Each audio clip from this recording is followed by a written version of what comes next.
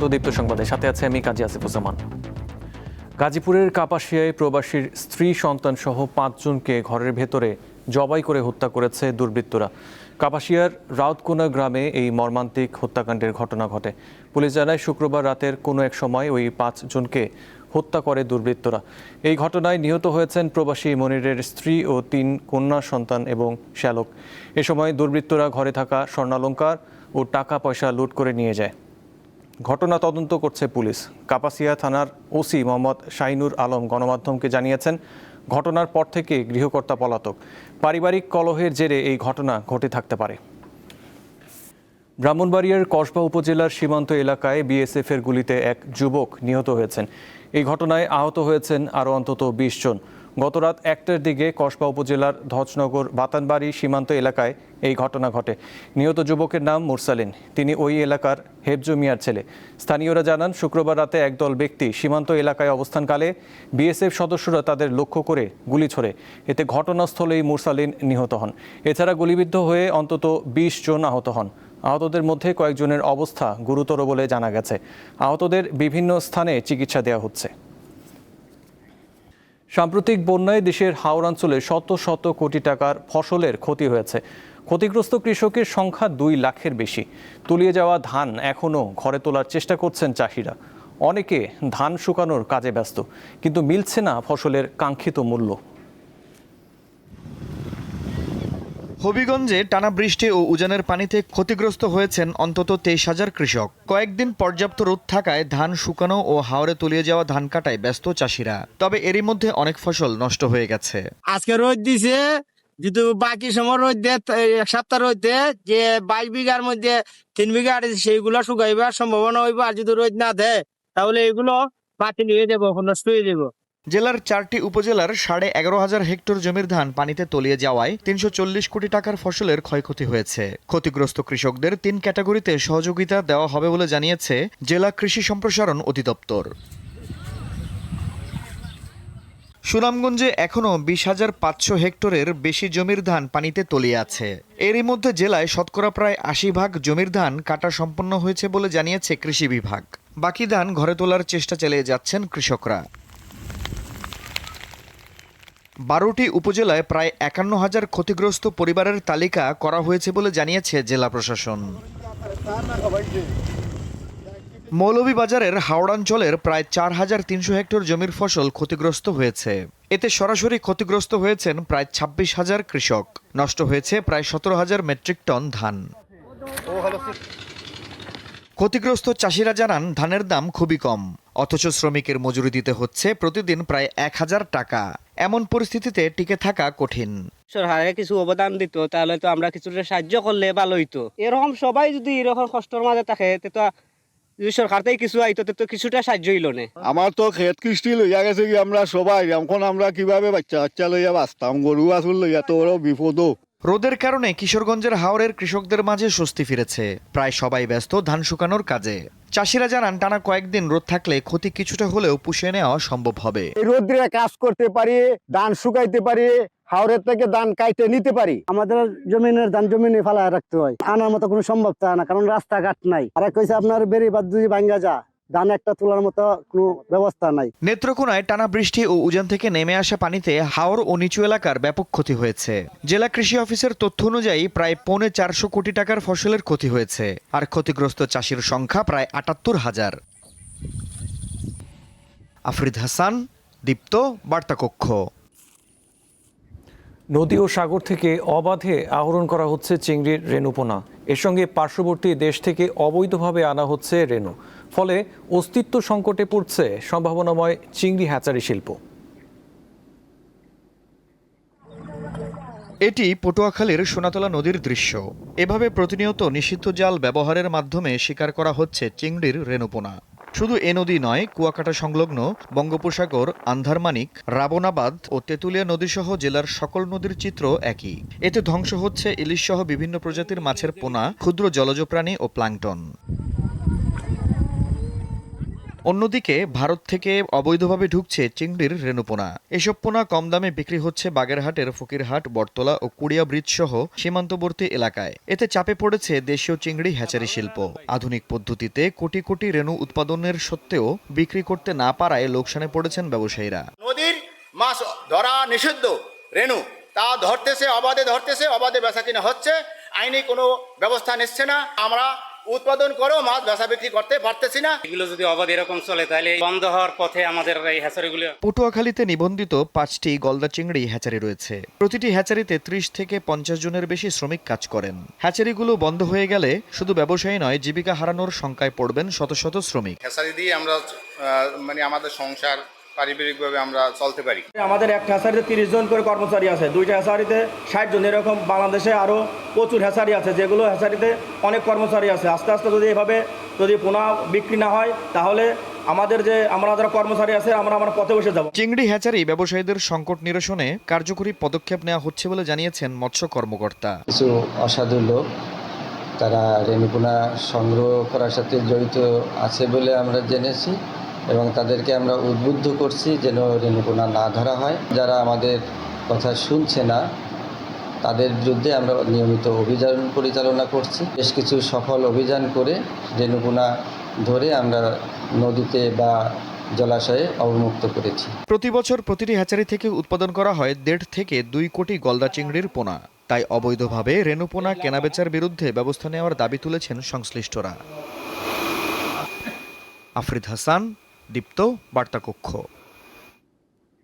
যুক্তরাষ্ট্রের নৃশংস হত্যাকাণ্ডের শিকার ইউনিভার্সিটি অফ সাউথ ফ্লোরিডার পিএইচডি শিক্ষার্থী নাহিদা সুলতানা বৃষ্টির মরদেহ দেশে পৌঁছেছে। এমিরেটস এয়ারলাইন্সের একটি ফ্লাইটে শনিবার সকাল 9:10 তার কফিন ঢাকার শাহজালাল বিমানবন্দরে পৌঁছায়। বৃষ্টির মরদেহ গ্রহণ করতে তার বাবা মা সহ পরিবারের সদস্যরা বিমানবন্দরে উপস্থিত হন। ফ্লোরিডার অরল্যান্ডো আন্তর্জাতিক বিমানবন্দর থেকে স্থানীয় সময় বৃহস্পতিবার রাত 8:50 এমিরেটসের একটি ফ্লাইটে মরদেহ ঢাকার উদ্দেশ্যে পাঠানো হয়। বিমানবন্দরে মিয়ামির বাংলাদেশ কনস্যুলেটের একজন প্রতিনিধি উপস্থিত ছিলেন। 16 এপ্রিল যুক্তরাষ্ট্রের ইউনিভার্সিটি অফ সাউথ ফ্লোরিডার অধ্যয়নরত 2 বাংলাদেশি পিএইচডি শিক্ষার্থী লিমন ও নাহিদা সুলতানা বৃষ্টি নিখোঁজ হন। পরদিন তাদের এক বন্ধু বিষয়টি বিশ্ববিদ্যালয় কর্তৃপক্ষকে জানান। পরে পুলিশ নিশ্চিত করে দুজনেই নৃশংস হত্যাকাণ্ডের শিকার হয়েছেন। হত্যাকাণ্ডে জড়িত থাকার অভিযোগে লিমনের রুমমেট মার্কিন নাগরিক হিশাম আবু গার্বিয়াকে গ্রেপ্তার করেছে পুলিশ।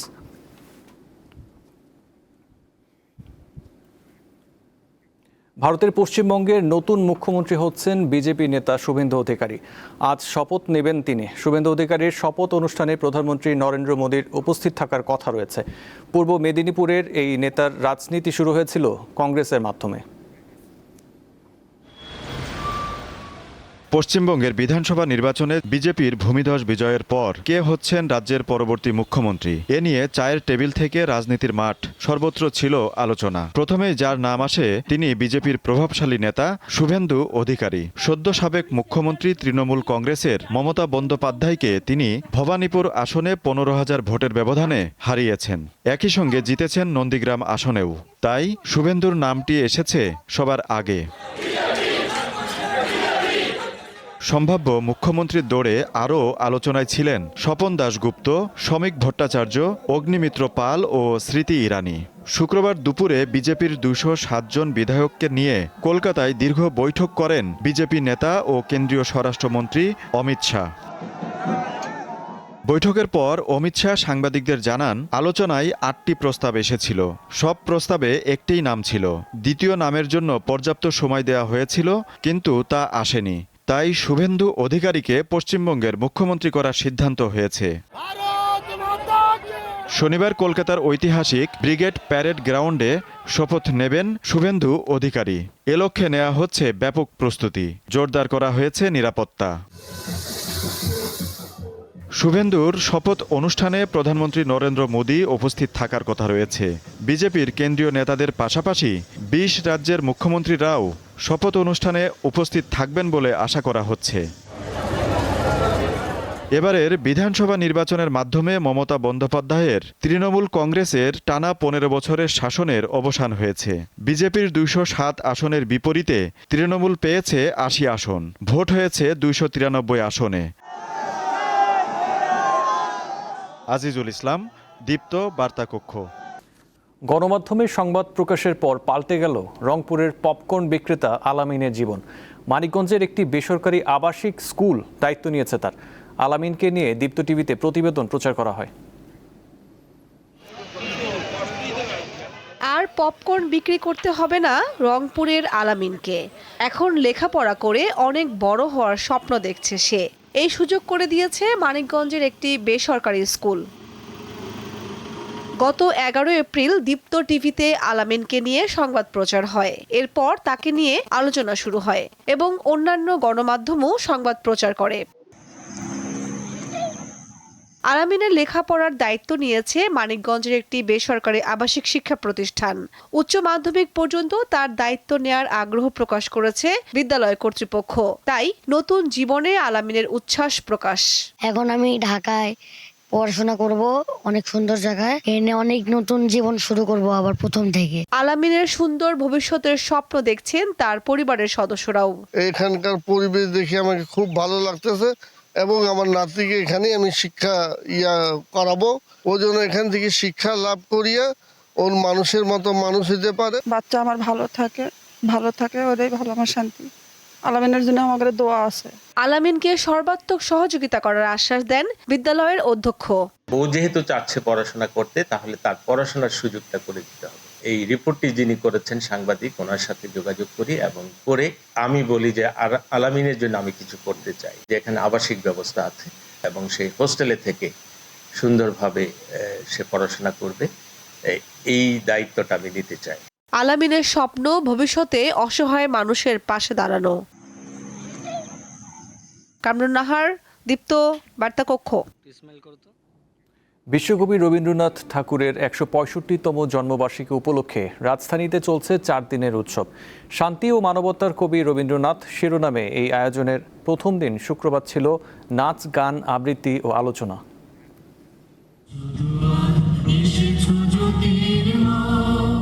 বিশ্বকবি রবীন্দ্রনাথ ঠাকুরের কলমে উঠে এসেছে বাঙালির প্রেম, প্রকৃতি আর আত্মপরিচয়ের অনন্ত ভাষা। তার কবিতা, গান আর মানবতার বাণী মানুষের চেতনাকে আলোকিত করছে প্রজন্মের পর প্রজন্ম। কবিগুরুর ১৬৫তম জন্মবার্ষিকী উপলক্ষে তার লেখা গান, কবিতার মধ্য দিয়ে তাকে স্মরণ করা হচ্ছে। তারা যখন বক্তৃতা শেষ হয়, শুক্রবার সন্ধ্যায় রাজধানীর শিল্পকলা একাডেমির নাট্যশালায় উদ্বোধনী আয়োজনে বিশিষ্টজনেরা বলেন, রবীন্দ্রনাথ পৃথিবীর অনুকরণীয় ব্যক্তিদের একজন। তিনি যেখানেই হাত দিয়েছেন সেখানেই সফল হয়েছেন। একটা শিশুর মতো তিনি এই পৃথিবীর দিকে তাকিয়েছেন সারা জীবন এবং যা দেখেছেন তাতেই অবাক হয়েছেন, বিস্মিত হয়েছেন। প্রতিটা বিষয়কে, প্রতিটা অনুভূতিকে, জীবনের প্রতিটা পর্বের অনুভূতিকে তিনি লিখে থুয়ে গেছেন। সাংস্কৃতিক পরিবেশনার শুরুতে রবীন্দ্রনাথ ঠাকুর রচিত হে নূতন দেখা দিক আরবার গানটি সমবেত কণ্ঠে তোলেন শিল্পীরা। পরে শুরু হয় নৃত্য পরিবেশনা। এরপর একে একে বেশ কয়েকটি রবীন্দ্রসঙ্গীত উপহার দেন শিল্পীরা। কবিগুরুর সাহিত্য, সঙ্গীত আর দর্শন বাঙালির সংস্কৃতি ও মননের সঙ্গে মিশে আছে গভীরভাবে। সেই চেতনাকে নতুন করে ছড়িয়ে দিতেই এই উদ্যোগ বলে জানিয়েছেন আয়োজকরা, যা শেষ হবে 11 মে। জহুর মোহসান, দীপ্ত সংবাদ, ঢাকা। দেশের 11 জন ক্রীড়া সংগঠক এবং জাতীয় ও আন্তর্জাতিক পদকজয়ী 10 জন খেলোয়াড়কে সম্মান প্রদান করেছে বাংলাদেশ ক্রীড়া অধিকার পরিষদ। শুক্রবার বিকালে রাজধানীর একটি হোটেলে আয়োজিত এই অনুষ্ঠানে প্রধান অতিথি হিসেবে উপস্থিত ছিলেন বিএনপির ধর্ম বিষয়ক সম্পাদক মোহাম্মদ রফিকুল ইসলাম জামাল। বিভিন্ন ইভেন্টে জাতীয় ও আন্তর্জাতিক পর্যায়ে দেশকে পদক উপহার দেয়া খেলোয়াড় ও সংগঠকদের সম্মাননা পদক তুলে দেওয়া হয়। অনুষ্ঠানে সভাপতি হিসেবে ছিলেন স্কোয়াশ র্যাকেট ফেডারেশনের সাধারণ সম্পাদক GM কামরুল ইসলাম সহ ক্রীড়া অধিকার পরিষদের সদস্য সচিব মোহাম্মদ দুলাল হোসেন। সারা দেশব্যাপী শুরু হয়েছে নতুন কুড়ি স্পোর্টস। সরকারের এই আয়োজনে সাক্ষী হলেন বাংলাদেশের ক্রীড়াঙ্গনের সবচেয়ে বড় ফুটবল আইকন হামজা চৌধুরী। আজ যুব ও ক্রীড়া প্রতিমন্ত্রী আমিনুল হকের আমন্ত্রণে নতুন কুড়ি স্পোর্টসে ক্রিকেট ম্যাচ দেখতে মোহাম্মদপুরে শারীরিক শিক্ষা কলেজ মাঠে যান হামজা চৌধুরী। ব্যক্তিগত সফরে 4 দিনের জন্য ঢাকায় এসেছেন হামজা। এরই ফাঁকে তিনি এই আয়োজনে সামিল হন। কয়েক মিনিটের ক্রিকেট ম্যাচ উপভোগ করে ভেন্যু ত্যাগ করেন বাংলাদেশের তারকা মিডফিল্ডার।